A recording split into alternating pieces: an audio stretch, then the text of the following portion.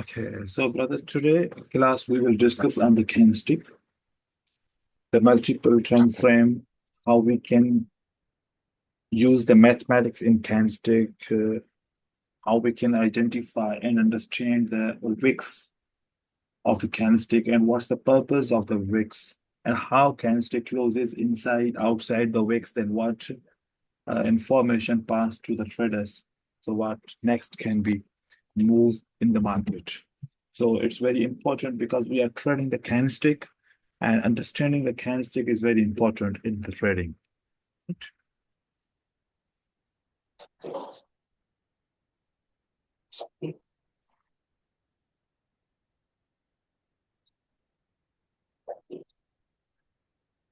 Okay, so if there's a candle, bullish candle, and the bullish candle have a wick at the top and wick have the bottom. So what do you get the mean from these wicks that what's the purpose of the bottom wick, lower wick, which we can call, what's the purpose of the upper wick? As per your analysis, what do you understanding about the wick? The upper wick is pressure from the sellers, Okay, and the lower wick is pressure from the buyers. okay. So this is the pressure, upper wick, the pressure from the seller side. And Hmm. everybody knows that from that point, the sellers entered and pushed the price down here and the price closed. Right. So once the price closed, after the before the pressure of the sellers, after the price close, now what's the area? Where is the sellers current where they are available sellers at the initial point or at the closing point? At the initial point, Okay, so why the sellers back? uh, because the price has to always come to support and resistance. They Okay. always have to change from there. Okay, so can we say that the sellers unable to control the buyer's open price, so that's the reason the sellers back to the back to the initial point. That's the reason. Yes, And yes. if there is a resistance level, the candlestick close under the resistance level.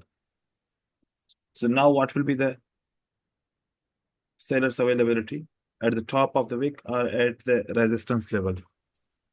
At the resistance level. Okay, means the condition is different. Every time not we can say that sellers will be back, and if there is a resistance level, the sellers will be remain at the same resistance level. Okay. Yes. So if we talk about the ratio of the upper wick and ratio of the bottom wick, can this matter to the price prediction? The ratio of upper wick and the ratio of the lower wick as compared to the bottom.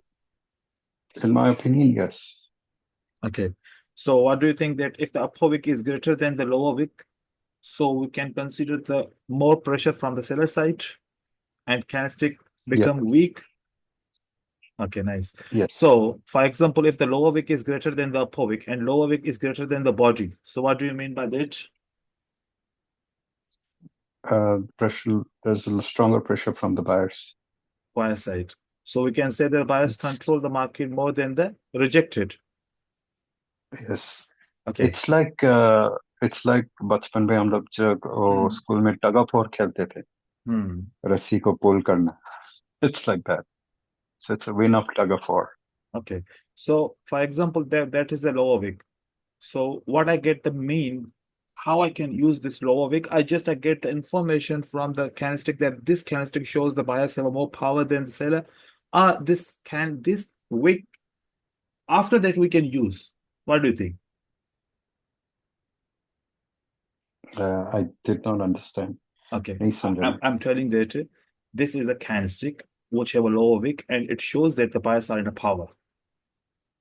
Okay, Right. so can we use this area of the wick next time when the price reaches again in this area? Yeah, I think we can because there's a lot of buyers, so there's a lot of pressure.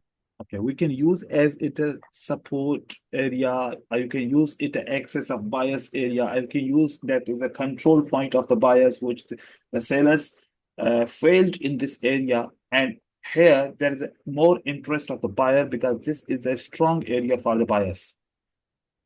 Okay, Right. so this strong area is more stronger than the body area, or the body area is more stronger than the wick area. This I don't know. Okay, the wick area is the more stronger than the body area. Okay, wick Okay. simplifies the levels, but body didn't simplify the level. Yes, in case if the candlestick is very big, right? In the body. Here now the wick is bigger, body is not bigger, but here the body is bigger, wicks are smaller. So now we can take a 50% part of the candlestick as a support. This will be the mid part of the body that we can use as a support area. Okay. So now we discuss the single candle here. The same like a buyer, same like a seller, but there will be some differences. If the lower part of the wick is stronger for the buyer, the upper part of the wick will be stronger for the seller.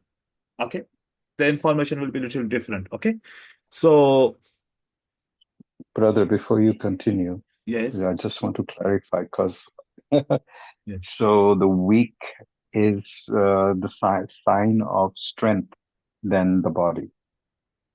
yes. If the buyers have a lower wick, Wow. And all this time I thought it was the body that was the sign of strength. no, look at here. This is the body. Here, Right. I'm going to tell you this is the body. Okay, Mhm. and this is another candlestick with a wick and the body. So what do you think? Which will be the more stronger? As per your information, I would say the hammer would Hammer. be Why? stronger. Because the hammer is telling that one party is failed. Mhm. But this candlestick don't tell us if the sellers tried or not. Okay.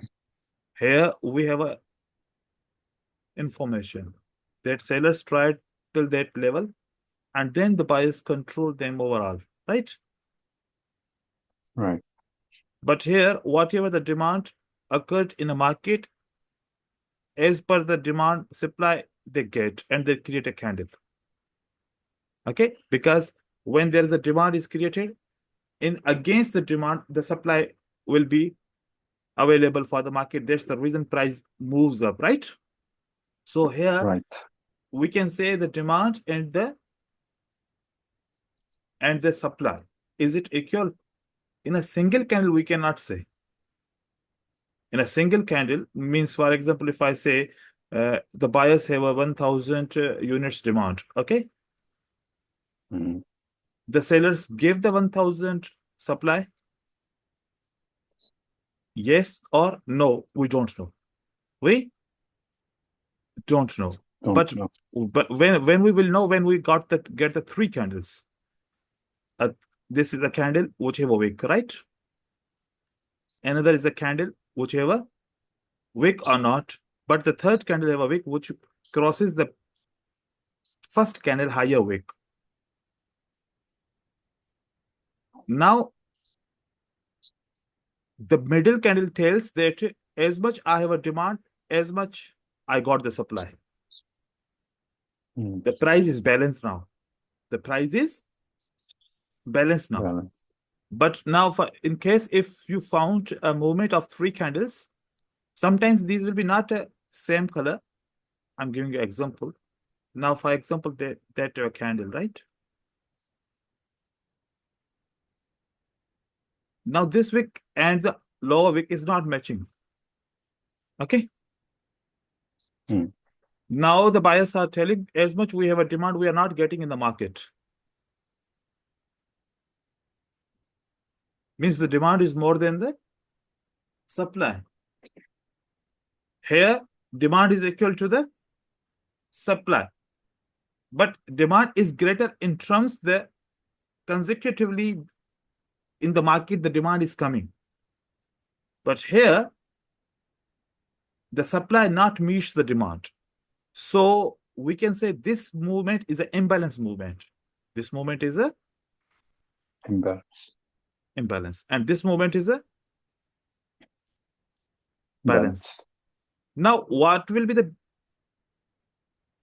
importance of the balance and imbalance in the market. Mostly we are taking the levels, or mostly we are taking the order blocks, demand, supply areas where we can next time expect the market movement, reversal. Right. So if I draw here a red candle, and that red candle and one green candle creates a support or block area. Same here, right?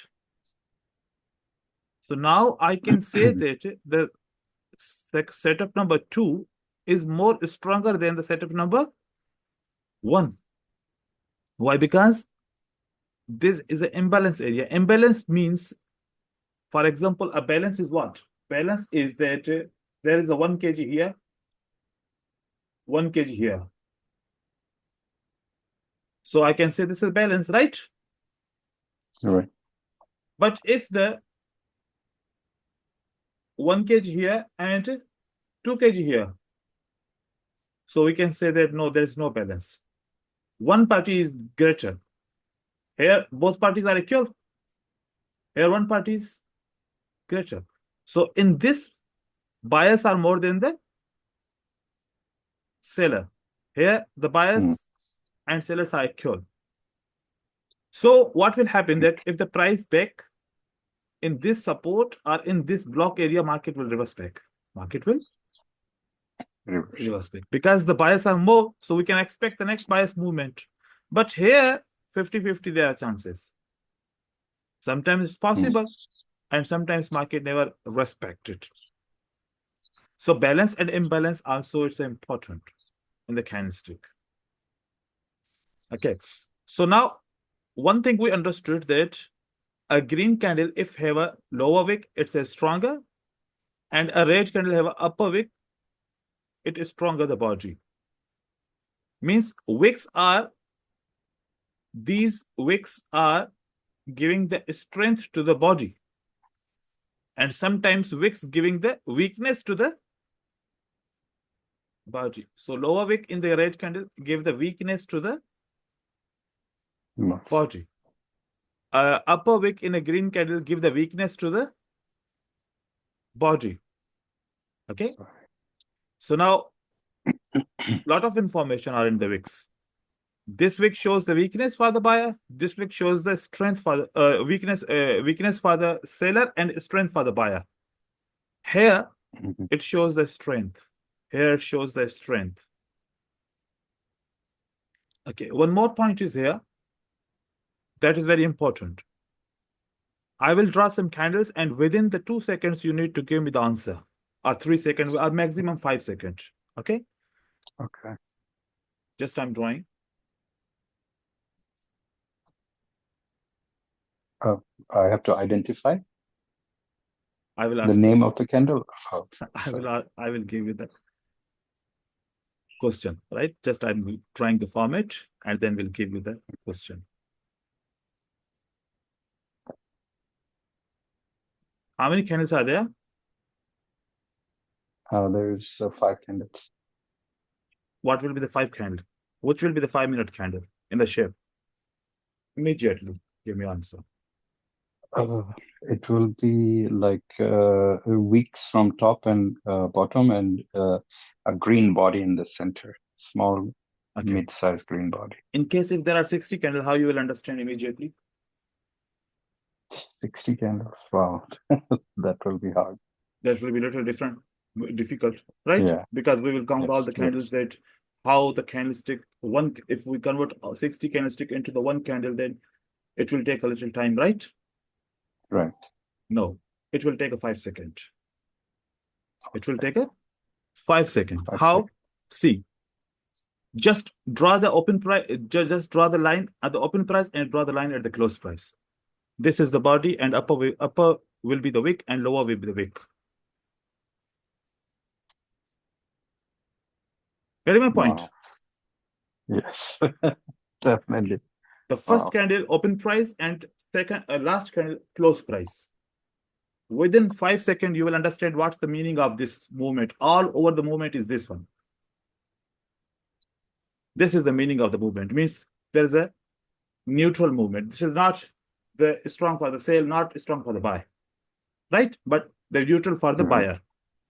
So sometimes when we are using the analysis, a lot of candles confuse us.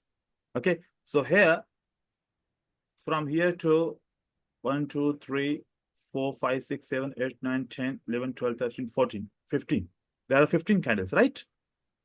Mhm. So if we want to draw, now how you can understand this will be the green candle if the open price is below and the close price is above, this will be the green candle, right? Yeah. Immediately you just to draw here. I'm just giving the highlighter. Okay, so this is the wick and this is the wick. You understood the 15-minute candle is this one. Mm. And now this is the close price, open price, and this is the close price. So it looks that, yes, it will be the seller candle because close price is little down. Okay. So this is the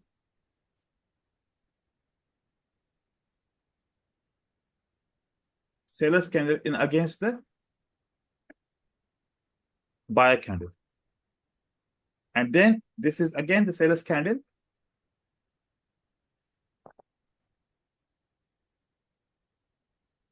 Two candles unable to break the buyer candle. It does mean, yes, it does mean.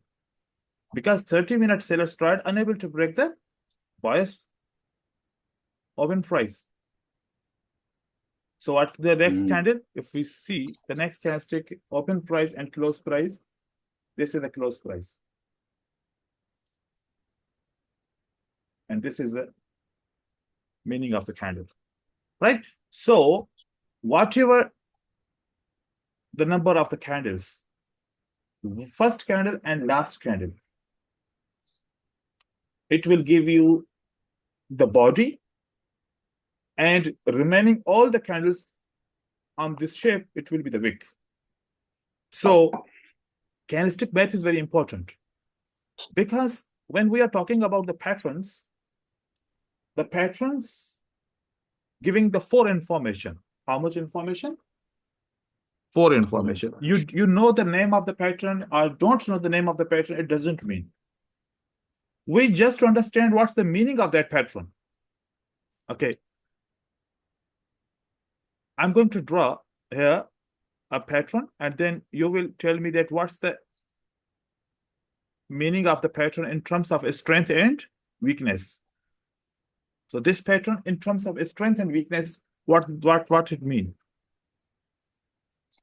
Strength.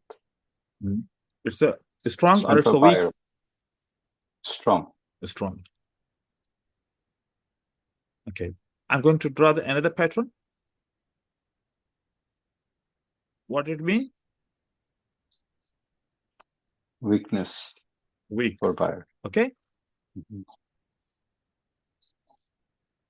Okay. I'm going to another pattern.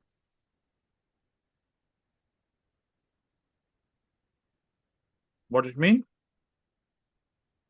Neutral. Very nice.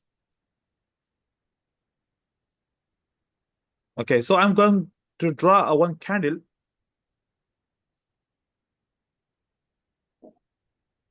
So do you recognize that is any pattern?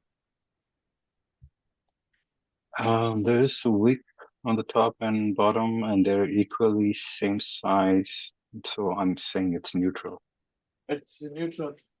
But neutral means Yeah. the neutral condition is that a body must be small than the wicks. But here the body is greater than the wicks. Wick. And Baji have a both wicks, right?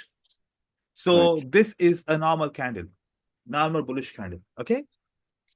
Yes. Normal bullish candle. Okay. तो sir जी brother इसमें ये जो normal bullish candle है ये green में है, so does that signify कि ये वाली candle जो है ना strong, little bit of लाजमी स्ट्रांग तो होगी और इसी के अंदर कुछ वीक भी होगी, कुछ मीडियम वाली स्ट्रेंथ में भी होगी, बट ये हम इसको कोई पैटर्न तो नहीं कह सकते क्योंकि इसका नाम ही नहीं है कोई, है ना, जस्ट बुलिश कैंडल कह सकते हैं, लेकिन इसको आप हैमर कह सकते हो। इसको इन्वर्टेड हैमर कहते हो और इसको स्पिनिंग हैंडल कहते हो, क्यों इसको नाम दिया है ना। हम्म। और ऐसे अगर मैं पैटर्न बनाऊंगा तो जो भी पैटर्न बनाऊं, like I am going to draw this pattern, आप बोलोगे दिस इज मोरोपोजो and this is strong, right. Hmm. हाँ, आज की क्लास से पहले तो मेरे मेरे समझ में तो यही था ना कि जो जिनके बॉडीज बड़े हैं, strengths are हाँ। big, वो strength है, there's that's the strength, that means it's strong. लेकिन today I am today everything changed for me. This is strong, this is strong. तो अब आप देखें कि क्या इसमें कि जो पैटर्न है या तो वो स्ट्रांग है या तो वो वीक है या तो वो न्यूट्रल है।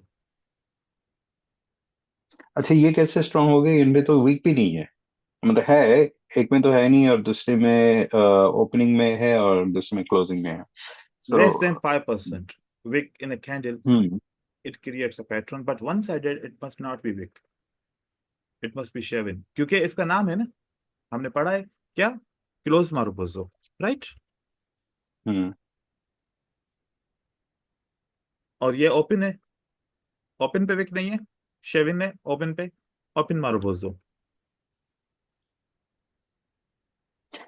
लेकिन this is not stronger than the hammer, right? Yes, hammer have extra qualities, right? Hmm, And right, it this has a wick. this candle is hidden inside. What happened we don't know, right? The hammer is an okay. open candle, which tell us that the sellers tried, they failed. But in this candle, how many sellers, how many times they rejected and rejected buyer's control inside the candle, we don't know, right? Okay. So right. some candlestick have characters of information, very clear information, and some candlestick have a hidden information. Now these candles have a very clear characters about the operation of this 1 minute hmm or whatever the time frame. लेकिन यहां पर जो कुछ भी हुआ सारा buyer ने control कर दिया आखिर में। अंदर इस हम्म पे ये नहीं कह सकते कि सेलर ने बहुत ट्राई किया फेल हो गए, ये भी कह सकते हैं कि सेलर ने ट्राई नहीं किया बायर ने कंट्रोल कर दिया डायरेक्ट, ये भी कह सकते हैं ना। हम्म तो अब हमने फोकस इस बात पे नहीं करना कि इसका नाम क्या है, हमने फोकस ये करना है कि इनकी इनकी जो कैरेक्टरिस्टिक है। कैरेक्टर्स हैं, जो इसकी स्ट्रेंथ एंड वीकनेस है, जो भी पैटर्न दुनिया के जितने भी पैटर्न क्रिएट हो चुके हैं दुनिया के अंदर कैंडलस्टिक में, मोर देन 500 600 पैटर्न्स होंगे, ठीक है। उन सब का कैरेक्टर क्या है, या वो स्ट्रांग होगा या वो वीक होगा या फिर वो न्यूट्रल होगा। न्यूट्रल। अब आप सोचो, मैंने आपको वो जो बताया कि 60 कैंडलस्टिक को अगर आप एक कैंडल बनाओगे तो 60 मिनट का कंक्लूजन आपको एक कैंडल दे देगी कि ये स्ट्रांग है वीक है या न्यूट्रल है। हाँ, जो आपने जो बताया था कि ओपनिंग से क्लोजिंग तक करें तो फिर आइडिया तो हो वो जो सकता एक कैंडल मिलेगी, एक कैंडल को समझना आसान है या 60 कैंडल को समझना आसान है, एक को। है। एक एक को समझने में आसान है। तो अगर आप पिछले 60 मिनट का अंडरस्टैंडिंग करना चाहते हो कि इसमें क्या हुआ, हम्म तो आपको एकदम से विद इन 10 to 15 सेकेंड्स आप अंडरस्टैंड कर सकते हो कि इस 1 घंटे में क्या हुआ ओवरऑल, मतलब व्हाट द हम्म कंक्लूजन। आप बोलोगे कि भाई इसमें बायर स्ट्रांग है, it means that buyer strong है तो कंटिन्यू करने की कोशिश करेंगे। भाई इसमें बायर सेलर की बहुत रिजेक्शन है, it means sellers will try again in the next candle. या बायर इसमें स्ट्रांग हम्म थे तो बायर इसको कंटिन्यू करने की कोशिश करेंगे, न्यूट्रल है तो दोनों तरफ से प्रेशर आ सकता है मार्केट में। राइट। तो जितनी ज्यादा कैंडल्स होंगी आप उनको, हम एक दिन की कैंडल को क्यों देखते हैं, क्योंकि एक दिन पूरा, वो एक कैंडल पूरा हवाल दे देती है एक दिन का कि आज के दिन में हुआ क्या। हम्म तो इस तरीके से जो पैटर्न्स होते हैं उनका कैरेक्टर ये होता है कि वो या तो स्ट्रांग होता है या वीक होता है या फिर न्यूट्रल होता है। तो एंगल्फिंग को अगर हम देखें, एंगल्फिंग का पैटर्न है बुलिश हो या फिर बियरिश हो, इसका कैरेक्टर ये है कि इसने बायर ने सेलर को कंट्रोल किया है। और सेम इसका कैरेक्टर है जो इसका हैमर का कैरेक्टर है।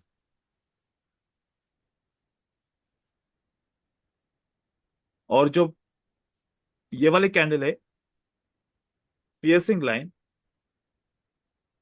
पियर्सिंग लाइन से पहले जो सेलर की कैंडल होती है वो बायर से साइज में बड़ी होती है, और फिर जब इसको हम कैरेक्टर करते हैं तो फिर इसका पता चलता है कि this is the weak candle for the seller.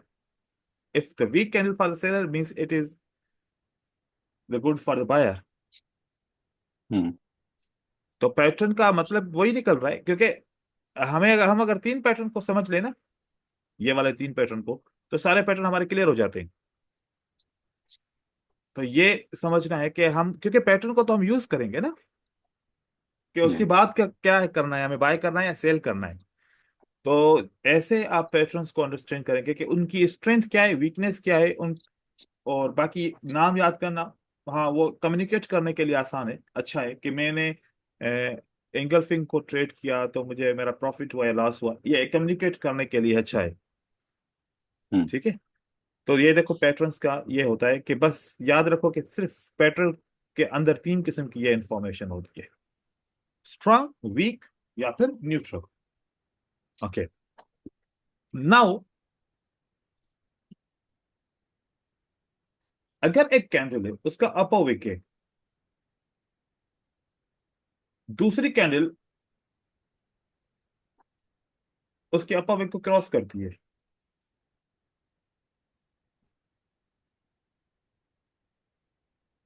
और दूसरी कंडीशन में एक कैंडल का अपर विक है, और बायर ट्राई करता है इसको क्रॉस करने के लिए, क्रॉस नहीं कर पाता और इसी विक के अंदर क्लोज हो जाता है।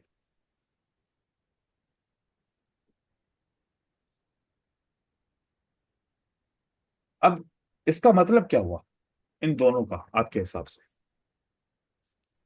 पहले वाले में तो बायर्स जो हैं अभी तक उनमें मार्केट में स्ट्रेंथ है। अ, और जो है ना दूसरे सेकंड वाली दो कैंडल्स में आई फील के buyers are finally losing their strength, मतलब ओके, के sellers are coming in. Perfect. अब इसका स्ट्रक्चर क्या बनेगा, मैं आपको स्ट्रक्चर समझाऊं। मान लो कि ये 60 मिनट की कैंडल है, 1 आवर कैंडल है। ओके, हम्म। या फिर 5 मिनट की कैंडल है, या फिर 15 मिनट की कैंडल है। हम 1 मिनट की कैंडल को हम्म। देख रहे हैं। अगर ऐसा होगा तो 1 मिनट पे स्ट्रक्चर क्या रहेगा, अगर ये 60 मिनट की कैंडल है तो ये अभी की पोजीशन के हिसाब से ये जो कैरेक्टर है ना, दो कैंडल हम्म। वाला, ये 1 मिनट पे ऐसे दिखेगा। हम्म। और ये वाला जो कैरेक्टर है,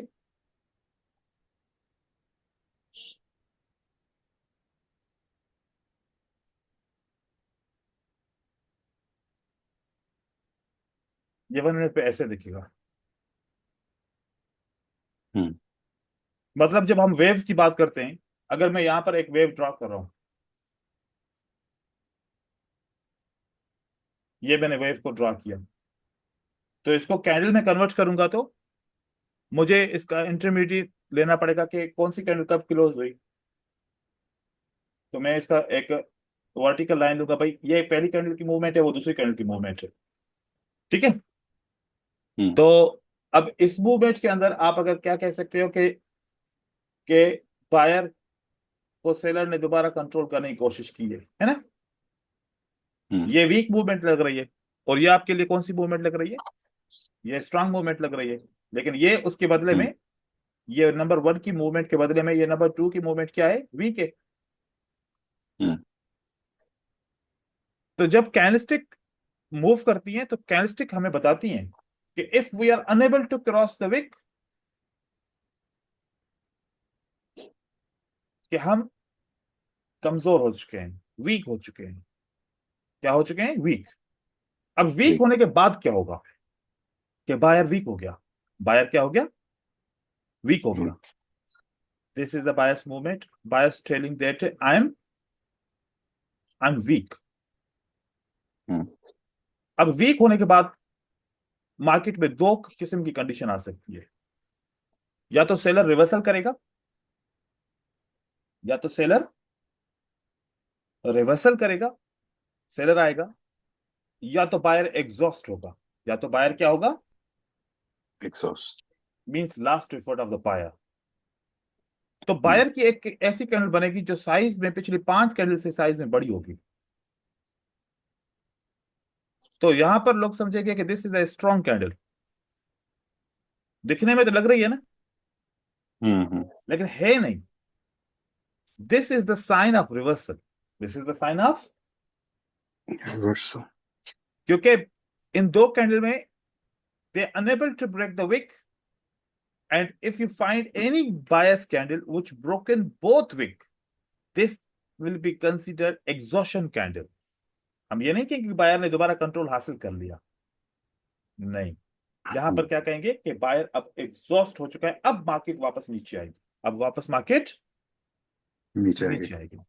मोस्ट ऑफ द टाइम क्या होगा कि जब buyer unable to break the wick होंगे,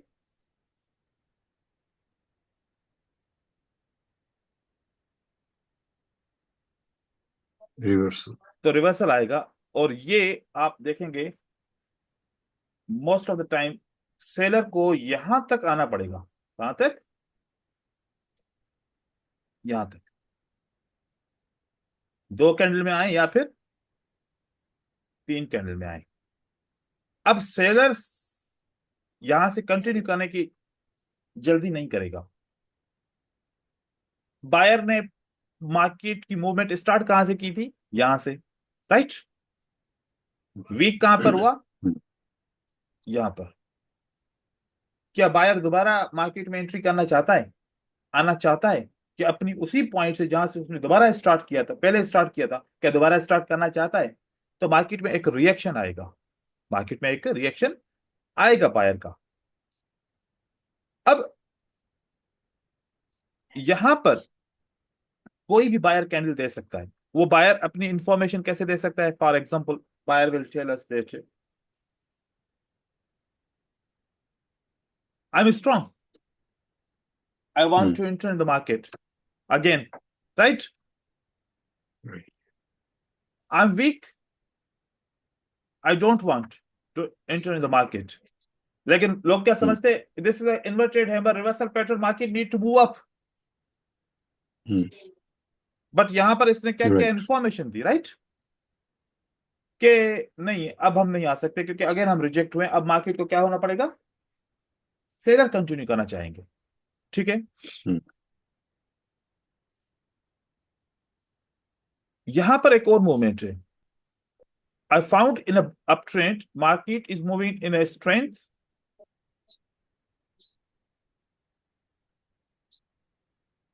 सेलर आके एक पैटर्न बनाते हैं, सेलर आते हैं क्योंकि ऊपर से रेजिस्टेंस थी, पास्ट में कोई हमने देखी थी कि एक रेजिस्टेंस लेवल थी, ठीक है। और उस रेजिस्टेंस की वजह से कौन आया मार्केट में,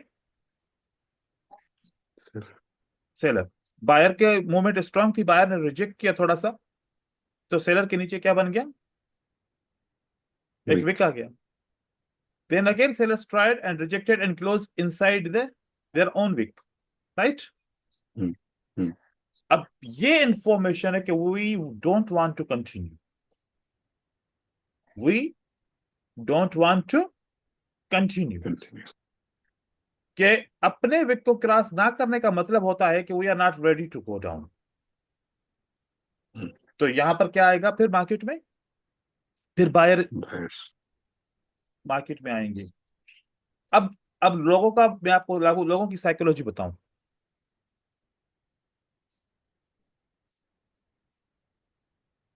ओह, sellers are very very weak, so next candle can be buyers candle, लोग ऐसे सोचेंगे, है ना। क्या राइट। लोग सोचेंगे, next candlestick is a, this candlestick is a weak, तो next candlestick can be buyers candle. क्योंकि बहुत रिजेक्शन है बायर की, बायर को तो आना चाहिए, रिजेक्शन दिया है तो आना चाहिए। देखिए कि बायर ने रिजेक्शन दे दी ना, बायर रिजेक्शन दे के फिर सेलर के रिएक्शन का वेट करता है। तो सेलर क्या करेगा, क्या अपने इस रिजेक्टेड पॉइंट को वो फिल करता है, ब्रेक करता है, या फिर इसी के अंदर क्लोज हो जाता है। अंदर क्लोज होना मतलब जो सेलर ने रिएक्शन दिया कि we are not ready to go down, we are not ready to go down. अब फिर बायर आएगा मार्केट में। अब देखिए कि फिर यहां पर कॉन्सेप्ट कॉन्सेप्ट के उल्टा हो गया कि लोग समझते हैं कि इसके बाद हमेशा ग्रीन कैंडल आती है, नहीं आती इसके बाद। कभी कभार आती है उन इस केस में कि यहाँ पर सपोर्ट हो। अगर सपोर्ट नहीं है, जब हम्म, सपोर्ट होगी तो फिर ये कैंडल अलग इंफॉर्मेशन देगी, we try to break the support, unable to break the support, right. ठीक है। लेकिन अगर हाँ। सपोर्ट नहीं है, the buyers tried from their support area, they weaken us, and now the buyers are waiting for our reaction, और ये they tried, unable to break, unable to go down, फिर बायर आएगा। हम्म, लेकिन जब सपोर्ट है तो फिर एक अलग रिएक्शन है कि सेलर कह रहे कि हमने ब्रेक किया लेकिन हम सस्टेन नहीं कर पाए, हम सपोर्ट के ऊपर क्लोज हो गए, अब बायर को इमीडिएटली आना चाहिए। राइट। तो देखो कि इसका मतलब निकल रहा है ना मार्केट में। हाँ। तो अच्छा ब्रदर, ये यहाँ पे एग्जॉशन भी आ सकता है ना? एग्जॉशन तब आ सकता है कि जब यहां पर ये दूसरी कैंडल इसके अंदर क्लोज हुई, ठीक हम्म, है, एंड देन हम्म, अगली कैंडलस्टिक पॉसिबल के एग्जॉशन, मतलब बड़ी कैंडलस्टिक सेलर की बन जाए। राइट। लेकिन हम ये भी देखना चाहेंगे कि इस कैंडल के बैक सपोर्ट साइड के पे बगैर। पास्ट प्राइस एक्शन क्या है। हाँ। अगर सपोर्ट बहुत नीचे है तो एग्जॉशन कैंडल डायरेक्ट सपोर्ट के ऊपर क्लोज होगी, क्योंकि मोस्टली एग्जॉशन के बाद हमने क्या देखा, रिवर्सल देखा। तो एग्जॉशन हम्म, मतलब कि वो प्राइस को उसी लेवल तक पहुंचा देती है जहां से दूसरी पार्टी स्टार्ट करती है। अगर लेवल करीब है तो फिर एग्जॉशन नहीं आएगी, अगर लेवल दूर है तो फिर एग्जॉशन पक्की आएगी, ठीक है। ओके। ठीक है। अब ये सेम जो एग्जांपल्स थे आप देखेंगे, नाउ अंडरस्टैंड, इन्होंने क्या बोला, वी आर नॉट रेडी, है ना। हम्म, मतलब कि हम अपने विक को क्रॉस नहीं कर सके, इसका मतलब क्या हुआ कि we are not ready to go down, right, go up. तो राइट। यहां पर लेवल उसी वक्त ही करीब है, लेवल उसी वक्त ही करीब है, तो मार्केट में सेलर आया, एग्जॉशन नहीं आई। अगेन आप देखो कि क्या इन्होंने बायर्स ने क्या इन्फॉर्म किया, बायर्स ने इन्फॉर्म किया no we are not ready to go up. तो फिर कौन मार्केट में आता है, हम्म, वापस सेलर आता है। चलो।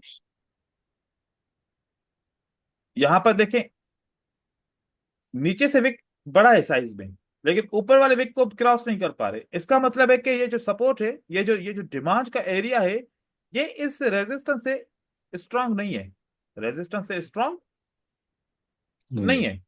अगेन भी इन्होंने ट्राई किया, अगेन भी स्ट्रांग नहीं है।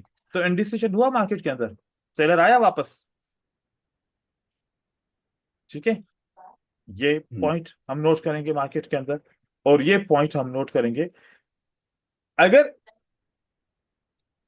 जब विक्स क्रॉस ना करें तो हम फिर बायर के साथ कंटिन्यू करने की कोशिश नहीं करेंगे, फिर हम यहां पर थोड़ा स्टॉप करेंगे, हम फिर मार्केट के इंफॉर्मेशन को देखने की कोशिश करेंगे कि मार्केट क्या बताना चाह रही है। ये closing inside the wicks is very important. अब यहां पर भी आप देखें, जब भी ऐसे होता है मार्केट में क्या आता है, रिवर्सल, लाइन भी करीब है, लेवल भी करीब है। देखो सेलर आते हैं, ये देखो सेलर के बाद से बायर ने ट्राई किया दूसरी टाइम भी नहीं कर पाए, सेलर आ गया, टू टाइम ब्रेक नहीं कर पा रहा है अपने विक को, कौन आया मार्केट में, फिर सेलर आया। यहां पर बायर क्यों आया स्ट्रांग मूवमेंट लेके,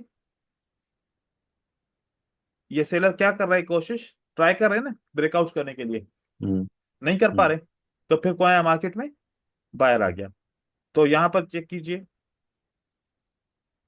ये स्ट्रेंथ को शो कर रहा है ना, हम्म, स्ट्रेंथ को शो कर रहा है तो मार्केट ऊपर जा रही है, वीकनेस को शो कर रहा है तो मार्केट नीचे आ नीचे। रही है।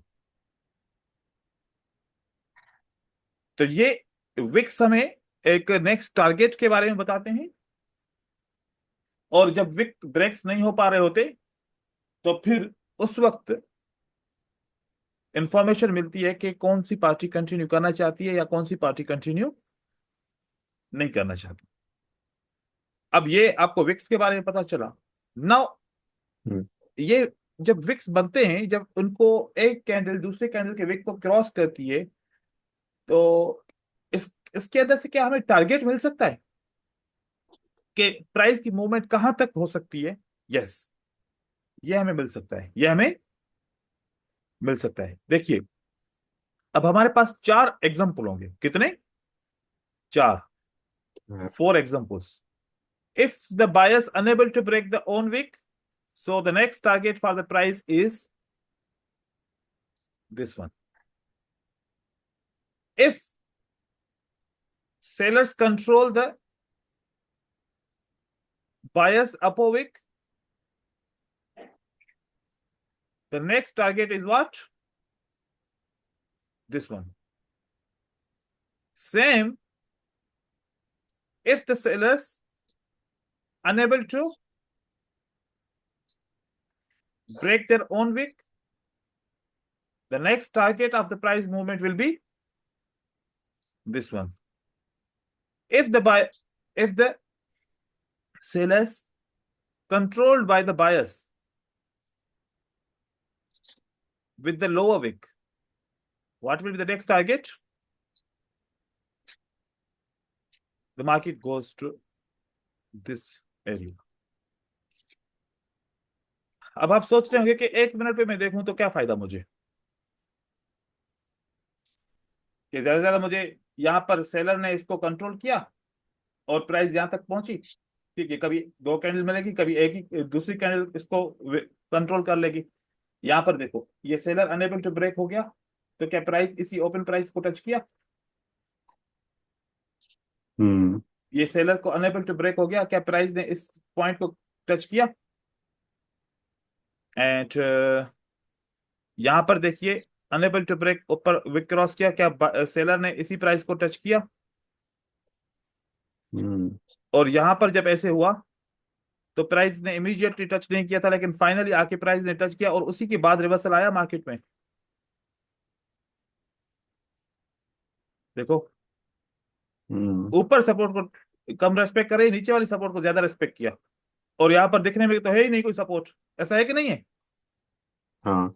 लेकिन देखो, प्राइस इसको क्यों सिम फॉलो कर रही है, कॉन्सेप्ट है, मैच हो रहा है, मतलब समथिंग है, हिडन है ना कुछ ऐसा, राइट। कि प्राइस राइट। ऊपर सपोर्ट है, उससे ज्यादा वो इसको इसने रेस्पेक्ट किया। क्यों रेस्पेक्ट किया? अब देखो कि यहां पर क्या कॉन्सेप्ट बना, कि प्राइस ने बोला कि अब ये टारगेट लाजमी बन गया, यहां से प्राइस को रिवर्स होना पड़ेगा, यहीं पर हुआ रिवर्स मार्केट में, ठीक है। तो अब ये पॉइंट को याद रखो, अब मैं इसके ऊपर अभी आपको और चीजें बताना चाह रहा हूं। ठीक है। यही तो मॉर्निंग स्टार इवनिंग स्टार्स है ना? कौन से वाले जो ऊपर मैंने लगाए हैं? ऊपर वाले इवनिंग स्टार्स और नीचे नहीं मॉर्निंग। नहीं, मॉर्निंग स्टार नहीं है। तो वो तो जब टारगेट कंप्लीट होगा, मतलब मॉर्निंग स्टार बनने से पहले की बात कर रहा हूँ, मॉर्निंग स्टार बनने की बाद की बात नहीं कर रहा, ठीक है। अच्छा। तो ये तो ठीक। ये तो है ना, कि मैंने तो जब बताया कि जब ऐसा होगा तो मार्केट यहाँ तक पहुंचेगी, जब पहुंचेगी तब मॉर्निंग स्टार बन जाएगा। तो बनने से पहले हम अच्छा। ट्रेड अच्छा। करेंगे मॉर्निंग स्टार के, मॉर्निंग स्टार के बाद तो फिर एक अलग ही ट्रेडिंग होगी ना फिर हमारी, ठीक है। अच्छा। तो जब अगर मैं ट्रेड कर रहा हूँ तो ये दोनों कैंडल्स जैसे ऐसे आउट ऑफ दिस 4 एग्जांपल्स, ये one of the examples happen, तो फिर मैं ट्रेड कर सकता हूँ ओके, सिंस आई नो के टारगेट कहाँ तक है। Yes sure. देखो कि ओके। आप जब ड्राइव करोगे कार को, हम्म। कार को स्टार्ट किया, सबसे पहले आप देखोगे फ्यूल कितना पड़ा है, मैं कहाँ तक पहुंच सकता हूँ, और नेक्स्ट स्टेशन कहाँ है जहां से मैं फ्यूल को रिफिल कराऊं, है राइट। है ना? तो राइट। आप यहाँ पर अभी ड्राइव करना शुरू कर रहे हो, मतलब ट्रेड करना शुरू कर रहे हो, तो आपने डिसाइड किया होगा कि मुझे टारगेट कहाँ तक है, मैं कहाँ तक बाय कर सकता हूँ, या कहाँ तक मैं सेल कर सकता हूँ। ऐसे ना हो कि टारगेट पूरा हो जाए मैं फिर भी बाय करता रहूं, फिर हम्म। तो वो लॉस हो जाएगा ना। राइट। अब इसको थोड़ा सा हम एक अलग नजरिए से देखना चाहते हैं, इन चारों सेटअप को हम एक अलग नजरिए से देखना चाहते हैं। ये कॉन्सेप्ट समझा, और यहाँ पर एग्जांपल्स भी मिले, बहुत सारे और भी एग्जांपल दे सकता हूं, मैंने तो रिसर्च की हुई है, इसलिए आप भी करना, कि ये मैं 1 मिनट पे क्यों देखूं, ये ऐसे 4 सेटअप में 1 मिनट पे क्यों देखूं? अगर ऐसा सेटअप एक दिन पे है तो आज का दिन कहाँ जाएगा?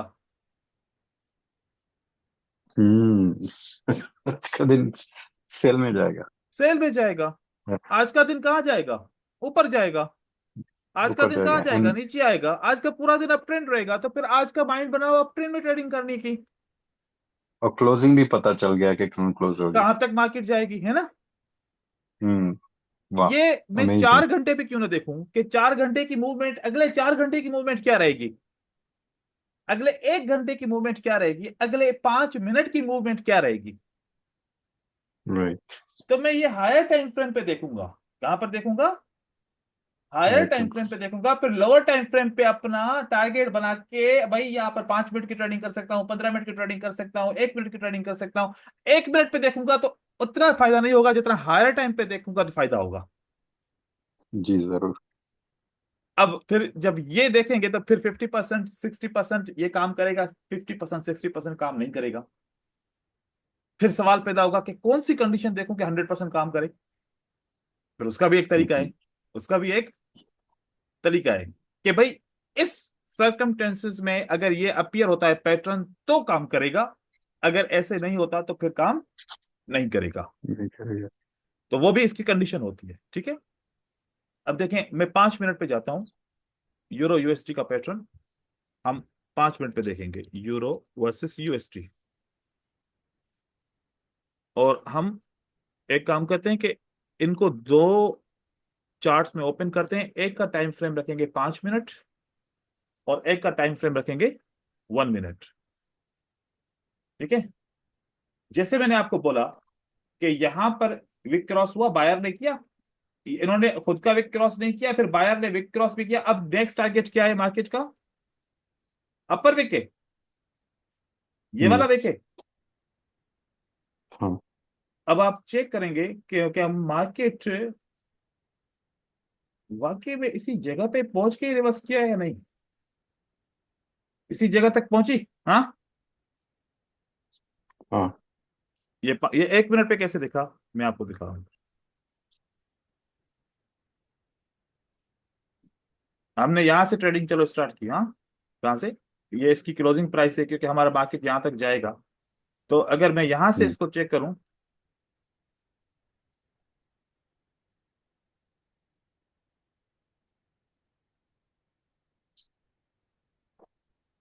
इस एरिया में ज्यादा कैंडल किसकी है? ग्रीन। और हमारा टारगेट किस तरफ का था? अब किस साइड पे था ना? जी। तो अब हम यहां से ये देख सकते हैं ना कि अगर सेलर कंट्रोल वीक के अंदर क्लोज हो जाते हैं, किसी सपोर्ट के ऊपर क्लोज हो जाते हैं सेलर, तो वो सपोर्ट काम करनी चाहिए, क्योंकि टारगेट मुझे यहां का मिला है। टारगेट मुझे हम्म। यहां का मिला है।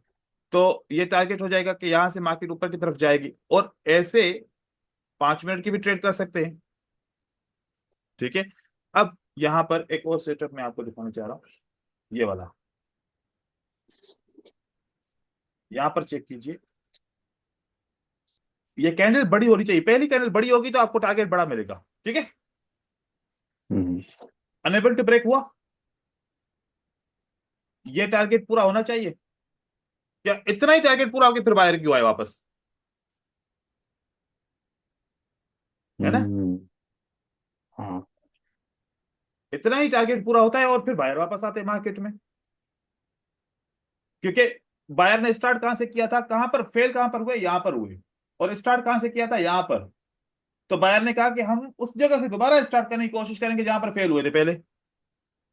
हम्म। जहां पर फेल हुए तो वापस मार्केट आई, और जहां से पहले उन्होंने स्टार्ट किया था उसी जगह से वापस मार्केट ऊपर की तरफ गई। फिर दोबारा भी बोला कि नहीं यार, हम नहीं कर सकते ब्रेक। तो फिर सेलर अब कंटिन्यू क्यों करके जा रहे हैं? हम्म। देखो कि मतलब कहने का कि बायर कहते हैं कि जहां से हम स्ट्रांग थे ना, जहां से हमने हम्म। स्टार्ट किया, और जिस जगह पे हम वीक हुए ना, फिर हम वापस उसी जगह तक जरूर आएंगे जहां से हमने पहले स्टार्ट किया था। उस जगह से भी हम ट्राई करेंगे फिर दोबारा। और फिर दोबारा अगर हम फेल हो गए तो फिर हम सेलर को बोलेंगे कि अब आप इसी दोनों लेवल को ब्रेक करके चले जाओ, हम दोबारा मार्केट में एंटर नहीं होंगे फिर। जब ये लेवल्स आई, ये लेवल के अंदर भी कैंडलस्टिक क्लोज हुई, क्या सेलर बायर ने रिएक्ट किया? कोई नहीं। नहीं किया। और इनको मौका मिल गया। अब इस जगह पे पैटर्न क्या बना? चार्ट पैटर्न क्या बना? डबल टॉप, डबल टॉप, हाँ। ये बाद में बना, ये तो रेंज हो गया।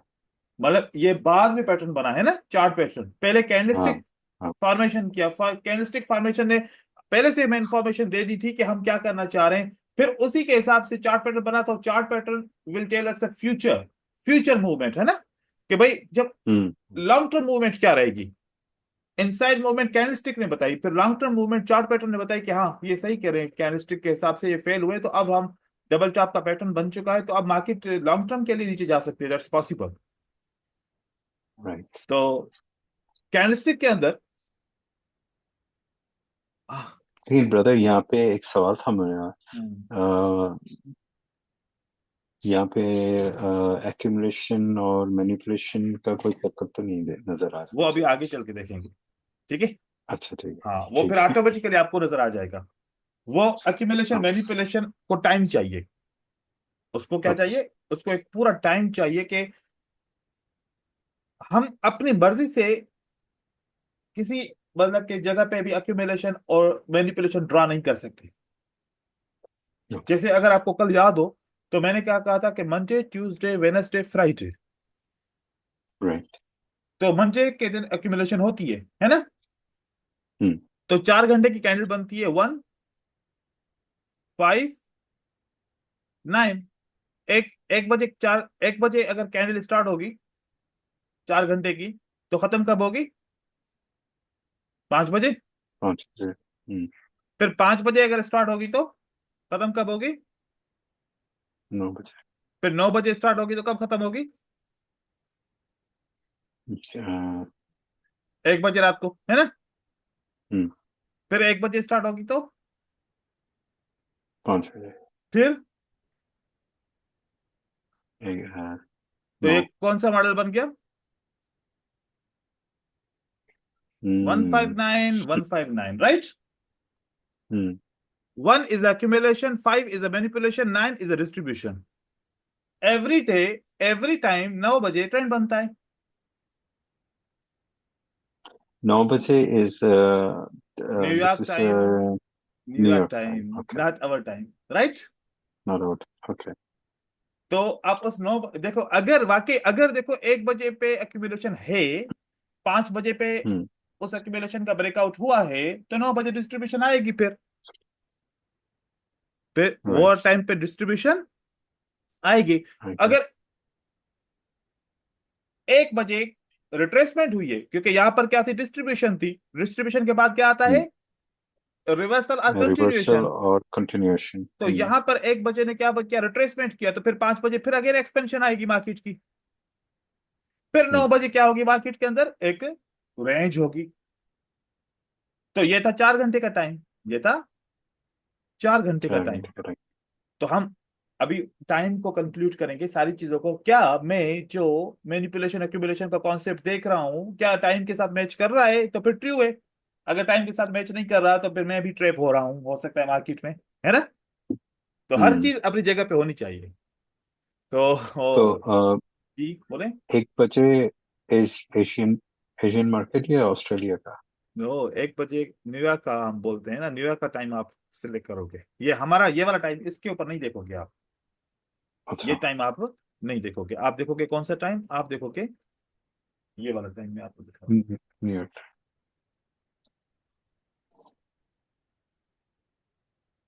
ओपन हो रहा है।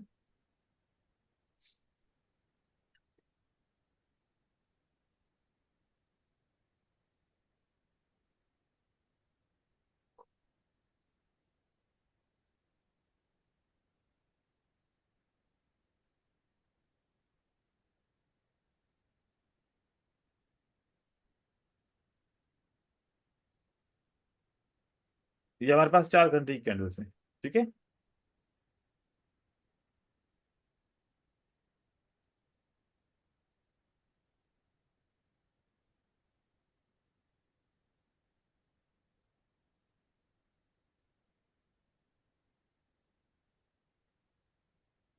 वन मंथ मीन्स यहाँ पर 13 होगा, है ना। हम्म।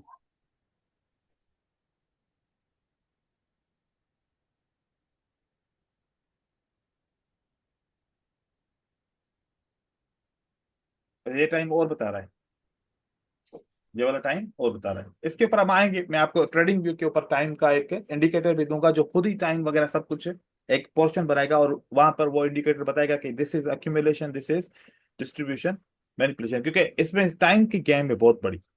यहाँ पर टाइम आपका ओके। थोड़ा सा चेंज है, क्योंकि ये ब्रोकर जिस कंट्री से होगा तो वहां के उसके हिसाब से टाइम आ रहा है। तो टाइम हमें, हम इसके टाइम के ऊपर आएंगे।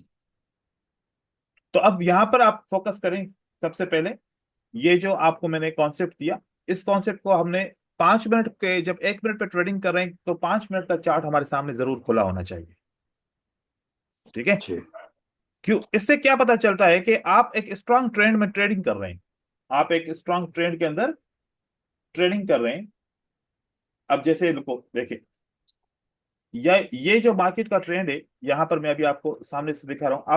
आप ट्रेडिंग कर रहे हैं ना, यहां पर ट्रेडिंग कर रहे हैं।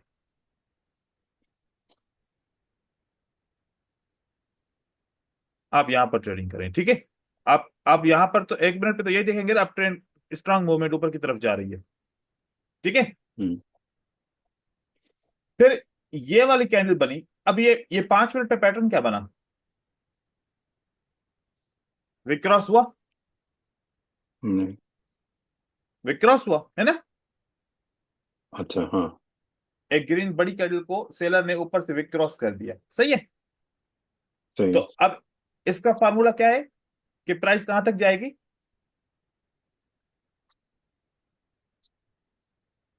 बताएं। नीचे तक, मतलब उसकी ओपनिंग तक। इसके लो पॉइंट तक या ओपन तक, ठीक है? लोग। देखो जैसे ओपन ब्रेक हुआ है, ओपन ब्रेक हुआ, फिर बायर आए, एक कैंडल बायर की बनी आपके सामने हम्म। यहां पर। तो अगर हम इसको देख के बाइंग करते रहेंगे तो फिर वही बाइंग का कॉन्सेप्ट हमारा जहन में होगा कि हम तो अप ट्रेंड में बाय के लिए ट्रेड कर रहे हैं। ये पिछली इतनी स्ट्रांग कैंडल मार्केट पे नीचे क्यों आ रही है?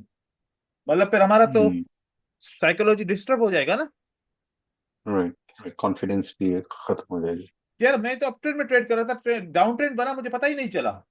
क्योंकि आपको यहां पर डाउन ट्रेंड का पता चलेगा। अब इससे इन इन कैंडल से आपको डाउन ट्रेंड का पता चल रहा है कि मार्केट नीचे जाएगी।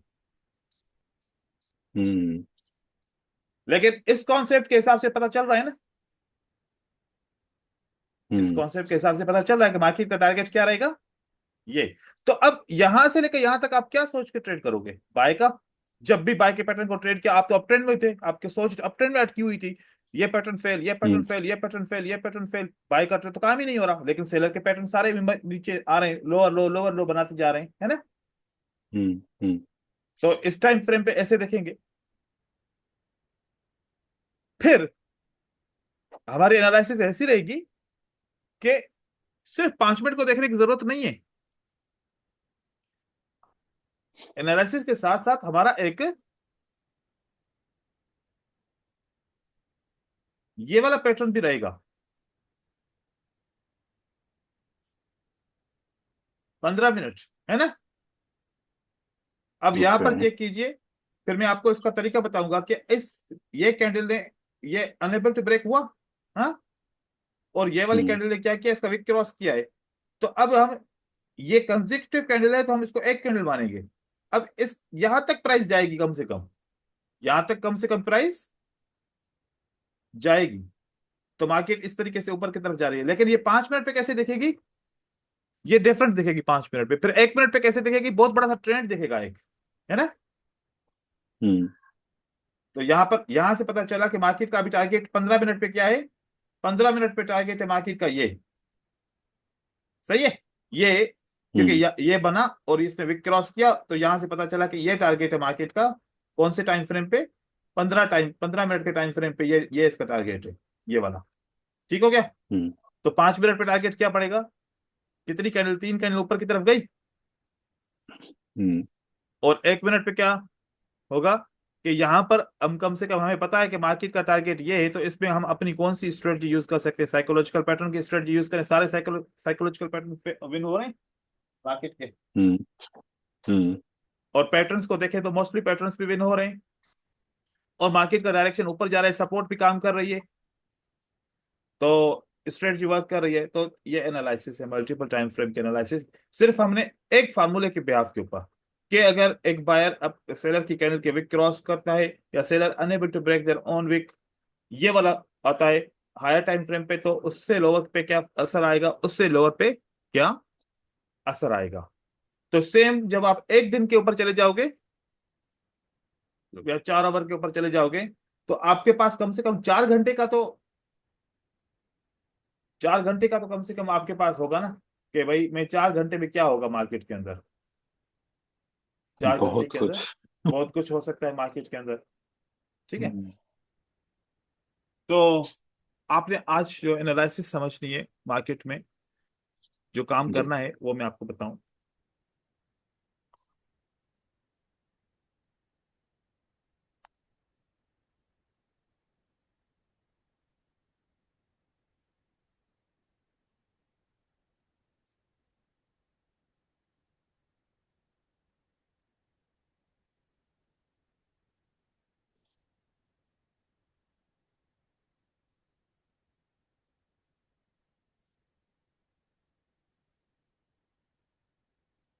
आप इसको, जितने भी आप मल्टीपल कैंडलस्टिक बनाएंगे, किससे, मैथमेटिक्स से, इसकी आप प्रैक्टिस करेंगे, कम से कम 20 25 30 कैंडलस्टिक बना के देखेंगे, छोटे से टाइम फ्रेम से बड़े टाइम फ्रेम, बड़े टाइम फ्रेम से छोटी छोटे टाइम फ्रेम की कैंडलस्टिक है, इस तरीके से आप करके देखेंगे कि क्या बन रही है कैंडलस्टिक।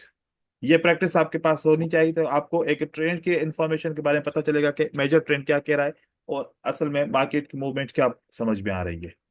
ठीक है, ये काम जरूर करेंगे। Then okay. नंबर 2 पे आप करेंगे same colour candle wicks unable to cross. वो जो ग्रीन कैंडल अपने ही विक को क्रॉस नहीं कर पाती, तो उसके बाद का टारगेट अचीव होता है, कहां तक मार्केट वो फॉलो करती है, नहीं करती। ठीक है। Number 3, different colour candle with cross.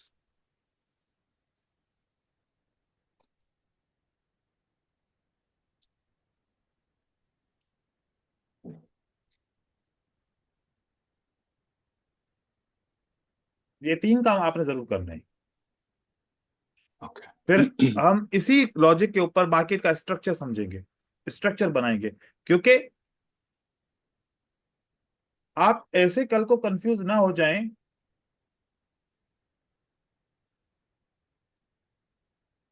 ये वेव ब्रेक हो जाए, आप बोले अब ट्रेंड हो गया।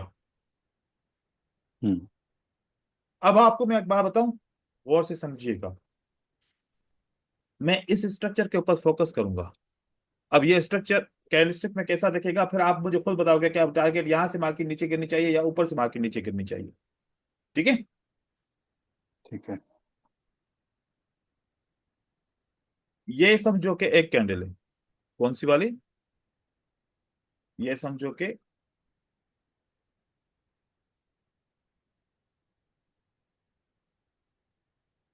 एक कैंडल, यहां तक मार्केट क्या है, ये एक कैंडल। ठीक है, ये। हम्म, और इसको चलो कलर चेंज करो, ताकि इसका फिर आप आइडिया सही से लगा पाए।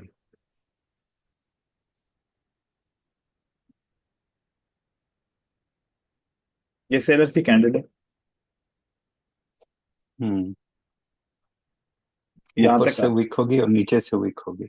हाँ, मतलब अगर यहां से ये ओपन है और यहाँ पर क्लोज है, तो फिर ये एक ही कैंडल हुई। एक सही ही है। कैंडल, लेकिन वहां पे रिट्रेसमेंट भी है। हाँ, और रिट्रेसमेंट मतलब अगर ये दूसरी कैंडल है, तो इसका मतलब है कि सेलर ऊपर की तरफ गया था और रिजेक्ट होके नीचे की तरफ आया, एंड देन प्राइस अगर ऊपर की तरफ गई है, तो यहां तक मार्केट गई है, तो फिर बायर की कैंडल बन जाएगी, है ना। फिर ये वाली कौन सी कैंडल हम्म, बनेगी, बायर की बनेगी। अगर ये पूरा हम्म, टाइम फ्रेम एक जैसा है, तो फिर ये बायर का होगा। और हम इसको थोड़ा सा रिजेक्ट करेंगे, ये वाला जो है ना, इसको, इस पॉइंट को थोड़ा सा हम स्ट्रक्चर को रिजेक्ट कर रहे हैं। ठीक है।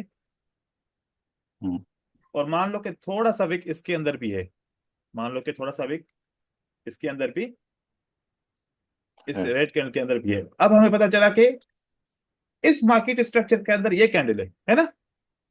हम्म, तो मार्केट कहां तक कानून के हिसाब से जाएगी, इसको कम से कम टच या क्रॉस करेगी, है ना। हम्म तो फिर जब हम ये रिमूव करते हैं तो ट्रेंड इसके ब्रेकआउट से नहीं बनेगा, ट्रेंड इसके ब्रेकआउट से नहीं बनेगा, ट्रेंड इसके ब्रेकआउट से पता चलेगा कि मार्केट ने क्या किया। फिर क्या होगा, हम्म मार्केट के कानून के मुताबिक प्राइस को कहां तक टच करना है, यहां तक करना है। हम्म और अब सेलर फेल कहां पर हुआ था, क्योंकि यहां पर फेल हुआ सेलर, तो सेलर कहेगा कि जहां से मैंने स्टार्ट किया था दोबारा वहां से तो ट्राई करके देखूं, अगर फिर मैं ब्रेकआउट ना कर सका तो फिर आप भले बायर ऊपर मार्केट को लेके जाएं, है ना। तो इस करेक्ट। लेवल तक प्राइस पहुंचेगी, इस लेवल तक प्राइस पहुंच के फिर वापस ब्रेकआउट करने की कोशिश करने के लिए आएगी। जब यहां पर आए तो अनेबल टू ब्रेक अगेन कर दिया, क्या किया, अनेबल टू, ग्रेट।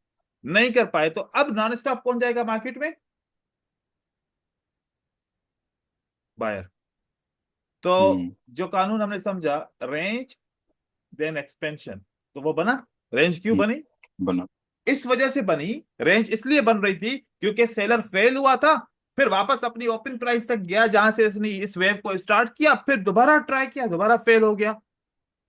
तो अगर एक ही हम्म जगह पे एक से दो राउंड लगाएगी तो रेंज बन जाएगी, ठीक है। और फिर ठीक उस है। रेंज के बाद हम क्यों कहते हैं एक्सपेंशन होगा, वो इसलिए कहा कि क्योंकि रेंज वो कंप्लीट हो गई, सेलर फेल हो गए उस जगह से, फिर उसे एक्सपेंशन बना दी, मार्केट ऊपर की तरफ चली गई। तो अब हम ये सोचेंगे कि भाई जो रेंज हुई थी ना, उसका ब्रेकआउट किस तरफ हुआ, अरे उसका तो ऊपर हुआ। वो जो फर्स्ट रेंज का ब्रेकआउट होता है वो तो मैनिपुलेशन होता है। इसका मतलब है कि जो हम्म सेलर ने बोला है, जब हम यहां से फेल हो चुके हैं तो हम अब उस पॉइंट से आएंगे जहां से शुरू को ट्रेंड ही शुरू किया था हमने, या फिर वो मिड ऑफ द ट्रेंड था। फिर यहां से फिर एक रिवर्सल आना शुरू होगा, फिर मार्केट नीचे की तरफ आ जाएगी। देखा, मार्केट ऐसे करती है। हम्म। लॉजिकल है ना। हाँ, लॉजिकल तो है। तो ये इस तरीके से मतलब हमें तो हम ऐसे इसको रीच करते हैं। अब हर एक बंदा अपने तरीके से एक्सप्लेन करता है, जो जैसे समझता है वो हम्म वैसे एक्सप्लेन करता है। तो हम्म आप अगर एक गौरव के जो ये पढ़ाते हैं, जो वो टीचर्स हैं, अगर उनकी वीडियोस आप देखेंगे, आपको माशाल्लाह लैंग्वेज आती है। जिसको आती है वो फिर भी थोड़ा थोड़ा समझ पाता है, कंप्लीट नहीं समझ पाता, क्योंकि उनकी नेटिव नहीं, लैंग्वेज गौरव। और उनको उनका तो तरीका है एक्सप्लेन करने का वो बिल्कुल डिफरेंट है। और हम लोगों का जो एशियंस हैं, एशियन में जितने हम्म भी टीचर्स हैं चाहे कोई भी हो, हम्म एशियन बहुत फोकस करके चीजों को क्लियर करते हैं। तो यहाँ पर यह खासियत है। मैंने जितने भी गौरव के वीडियोस देखे, कुछ समझ में नहीं आता, even though I understand English completely. I बिल्कुल, फील के बहुत सारे इंफॉर्मेशन दे रहे हैं वो, बहुत कुछ कह रहे हैं, लेकिन एट द एंड कुछ समझ में नहीं आया मुझे। क्योंकि क्योंकि एक चीज का फर्क है जिसकी वजह से हम्म मैं अक्सर गौरव के वीडियोस देखता हूँ, उसमें बहुत इंफॉर्मेशन है और बहुत परफेक्ट इंफॉर्मेशन है। सिर्फ उनकी एक हम्म मिस्टेक, और सबकी है क्या, वो अपनी लेवल देख के पढ़ाते हैं। हम्म वो ये नहीं देखते कि मैं सामने जिसको पढ़ा रहा हूं उसकी लेवल क्या है, वो कैसे राइट। समझना चाह रहा है, वो उसको कैसे। एक ही देखो कि जो इंपॉर्टेंट है उसको उसको मैं बार बार एग्जांपल दे रहा हूं आपको, बार बार उसके राइट। ऊपर बात कर रहा हूं। मतलब ऐसे भी तो हो सकता है ना, एक दफा बस बताया, बस बस ठीक है, एक दफा बताया, अब आप आपको किसे पता चलेगा कि वो इंपॉर्टेंट है। क्योंकि अगर मैं राइट। 10 चीजें बताऊंगा क्लास के अंदर और एक चीज चीज के ऊपर मैं 10 दफा रिपीट करूंगा, तो फिर आपको ऑटोमेटिकली पता चलेगा ये इंपॉर्टेंट है, इसको फोकस ज्यादा करो। वो क्या करते हैं, एक ही दफा बताते हैं, हर चीज को एक ही दफा सारे उनके लिए बराबर है, हम्म। ठीक है। एग्जैक्टली। वो रिपीट एग्जैक्टली। नहीं करते किसी भी पॉइंट को। नहीं। बाकी तो हर एक को जो है ना नॉलेज तो है, सब समझ सकता है। मैं कहता हूँ कि लॉजिकल हो, क्योंकि मेरी टीचिंग ऐसी है कि जब मैं सीखना चाहता था ना, तो मैं चाहता था कि मुझे कोई हम्म। ऐसे सिखाए जैसे मैं आपको सिखा हाँ रहा हूँ। जी। तो मुझे किसी ने सिखाया नहीं ऐसे, लेकिन मैंने कहा मैं तो किसी को ऐसे सिखाऊं ना जैसे मुझे चाहिए था। हाँ। नहीं ब्रदर, थैंक थैंक गॉड आप आप मार्केट में हो, क्योंकि एंड टू बी ऑनेस्ट, इतने सालों से मैं देख रहा हूँ ट्रेडिंग वीडियोस, डेमो में प्रैक्टिस कर रहा हूँ, पर I never paid any teacher yet. You are the first teacher I actually paid, because आपके जितने भी वीडियोस देखे मैं इतना कन्विंस हो गया, और मैं आई बीन सो सेटिस्फाइड कि मैंने कहा नहीं,